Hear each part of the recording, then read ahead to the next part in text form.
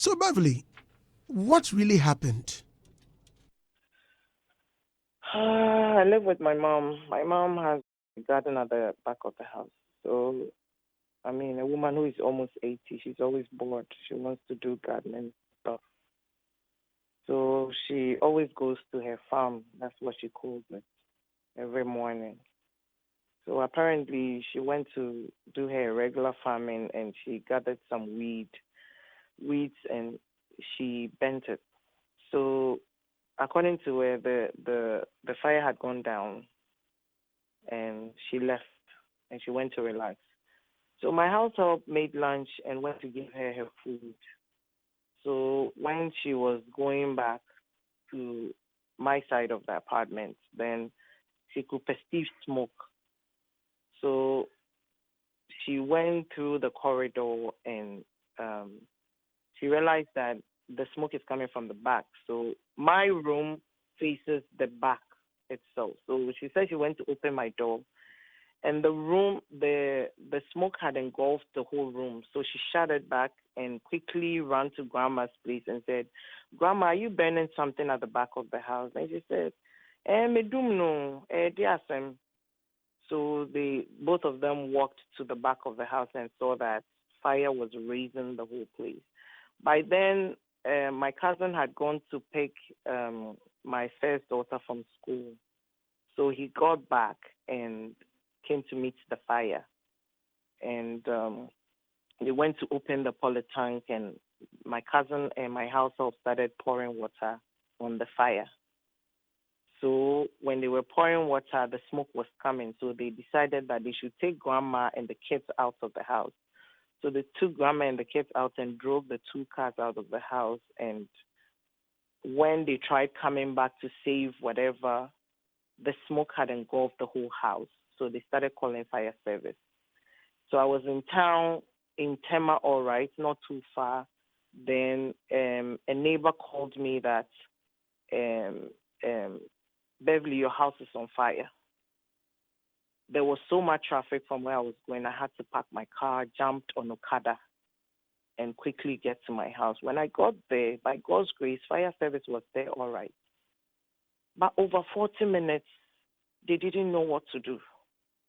They said the smoke is too much, so they can't enter. They didn't know I what to was, do, Sesen. the smoke is too much. They can't enter. And I'm like, don't you have protective gears? Don't you have a plan? What can you do? We were just screaming. Now people were like, they don't have water. And they said, no, we have water. But the second car came. Now that second car also came and was trying to give this one water and was trying to start a generator that wouldn't start in 15 minutes. They would start it and it will go off. They would start it and it will go off. Then a third car came. Then they didn't know what to do. Then people, the neighbors around, everybody had gathered in front of the street, and they now told them that they should go to the back of the house. The neighbor that I share a wall with, they should go there and go into their house and now start pouring water. That was how they started quenching the fire. And I'm thinking, don't you have plans? Aren't you equipped? Don't you know how to deal with these things? Fire comes with smoke, for crying out loud. How can you tell me because there's smoke you can't get your hose in there, or like, oh goodness. I was just standing there and crying because everything was going. Everything. I couldn't take anything, not even my passport, nothing. How I went out in my slippers, it wasn't like I was even going out for a function that I would say I was stressed. I was just wearing a t-shirt and leggings and a handbag, sunglasses, my face mask, nothing. That was all. And everything was gone. My kids were saved by God's grace, and that's all. Nobody has anything. We are all gone. Were there any casualties recorded? No, no, no. By God's grace, nothing. So for now, grandma and the kids are safe together Yeah, with your cousin and house help. yeah, yeah. Okay. So couldn't they save anything? I mean, after the The fire fire. service, they couldn't have saved anything because the time they came, the smoke had engulfed the house and they didn't want to go inside. And for my house help, I think she just got traumatized or whatever the situation was. She had to just run out with my last baby, my second child. And my cousin who came to drop my first daughter just came in to meet the fire. So he was just trying to salvage the situation by opening the polytank to start pouring water. And it was just two hands because grandma can hardly do anything. So it was just my cousin and my household pouring the water. They poured it and they had to go away because the smoke was coming. So they thought of coming back to try and pick something when they took the kids out and grandma. But by the time they were coming back, everybody said, don't go inside because the smoke is too much. When I was coming back from the Michelle Camp Road. As far as Ashaiman roundabout, I could see the smoke coming. Really? I was sitting on Okada and I was crying because I'm like, is this coming from my house? Because it's crazy. So have you been given any reports by the fire service as to Yeah, what could have the what could police have? was there, fire service was there, ECG came to switch power off because the way fire service couldn't treat the situation, we had to call ECG to come and switch the whole community off and see whatever the situation is so that it doesn't escalate to something else. So everybody was there. NADMO has been there. They've done their reports. And Okay, so what was the report saying? Do they suspect arson, or was it by that little? I don't know. At least they asked what happened, and we told them that we are suspecting the bush that my mom was burning, probably the wind, because it was quite windy yesterday. Maybe the wind just sparked the fire again, and it started it.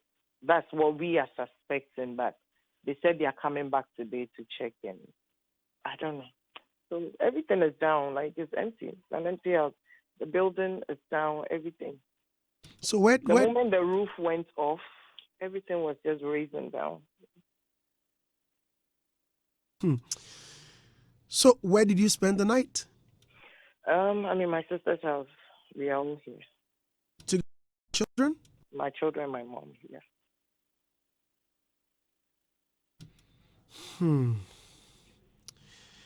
Were there valuables in there? Oh, of course, a lot of valuables. I can't quantify it. Like a lot of valuables. A lot. I even feel sorry for my mom for her lifetime memories in the, like, grandparents, our mothers, they love to carry stuff like that. So they have their old photos of when they got married to my father, when they did this, when they did that. She has a full room of clothes, only in Tuma, in the room. My place, Andy, you don't want to see even how long my shoe rack is. Talk less of my walk-in closet, my perfumes on my table, like numbers. What? My things that I sell, sometimes I stock some in my house. It's not everything that goes to the shop. I have wish trainers. I have slimming pills in my room in boxes.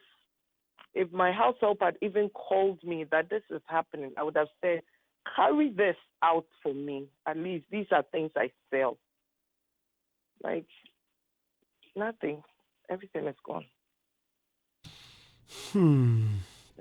Well, listeners, the video of of Beverly's burnt house is rolling on social media. Get on Facebook and watch.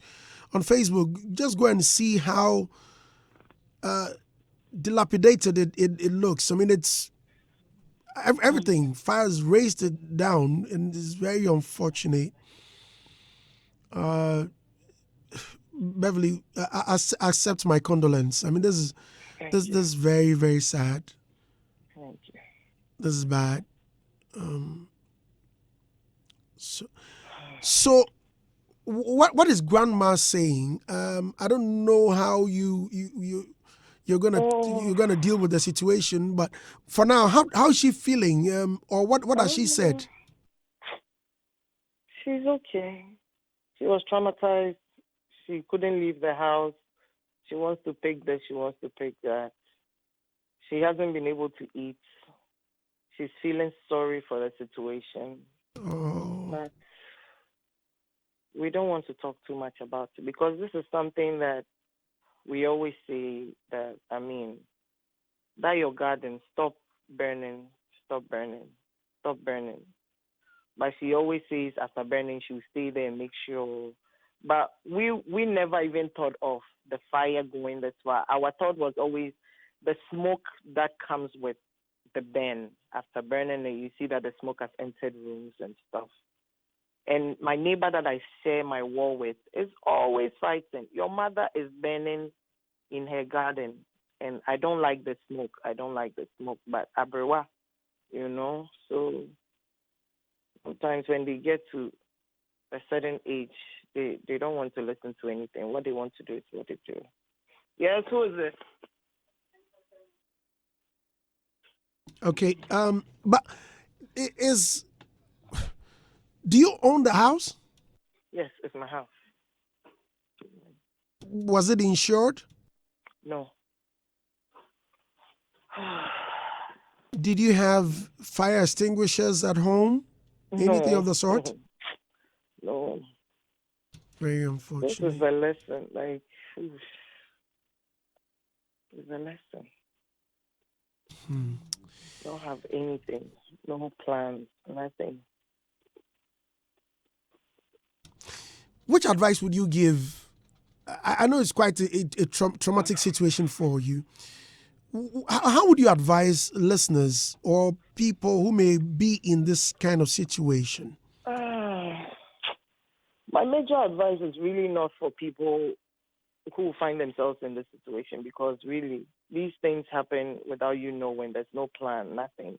Even if you have a fire extinguisher, who knows where it will be hidden and where the fire will start from. So really, my advice will not even go for anybody per se, but to fire service because, as I said, fire service was there on time.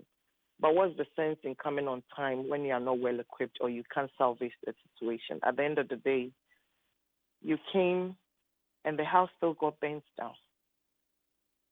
So is it just about coming to make a report? So this country, we should prioritize certain things and stop doing that misplaced priorities. Like some things that are not important, we should put it aside and deal with the most important things. Until it happens to you, we see it so far. When makola ashu, and we feel like yeah. But until it happens to you, you will never understand the situation, the gravity of how it feels. We should all talk about these things. We've been talking about fire service. It's not today. If they need to go for training, they should go. If they need to be equipped with things, they should go. How can fire service come with a generator that cannot start? Ah, How can a team come that when they get there they don't know where to go, what to do, how to start it? They don't know what to do. Over 40 minutes, Andy, they were standing there because they said the smoke is too much. They can't go inside. I literally ran inside to see, but I couldn't see anything. The truth is the smoke was too much, yes, all right. But are you telling me you don't know fire comes with smoke, that there should be a plan?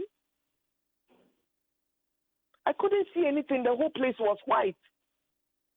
I couldn't see anything. The whole compound was white, so you can't even go inside it. Yes, but what is the plan? If we say there is an institution called fire service, then they should learn how these things are done. What is done? What do they use?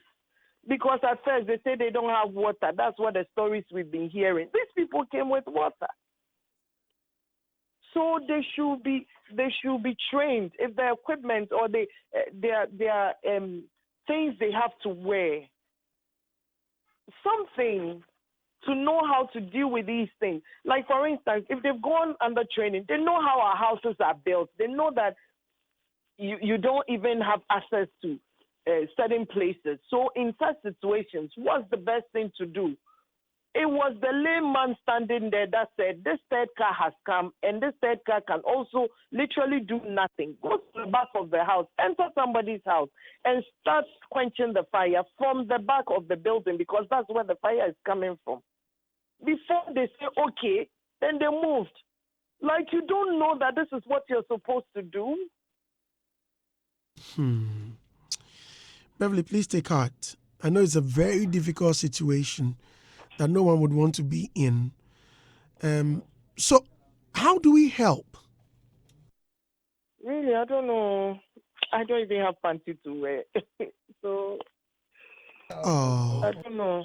Anything is welcome. Anything is welcome. I need to start building again. I need to get a place to stay. I'm staying at my sister's house. Yes, we all have rooms here. I'm comfortable. But there is nothing like you having your own place that kids can have their own space, and you can change the TV channel as and when you want, and that kind of thing. So, I mean, we are here. Where's your husband, please? My husband is in America. How long has he been? My husband doesn't live with us. Yes, he doesn't live with us anymore. So what does it mean? He has relocated to America? Yes, he has relocated. Yes. Wow. It's a very unfortunate situation. Okay, so Beverly, I won't bore you with too much talk for now. We will have our discussion. Well, let's see if someone will lend a helping hand, and we'll continue the conversation immediately afterwards. Thank you. Thank you very much for your time, and please take it very easy for now. We are with you in prayers. Thank you. Right. So that was beautiful actress Beverly Afaglo. This is Hitz.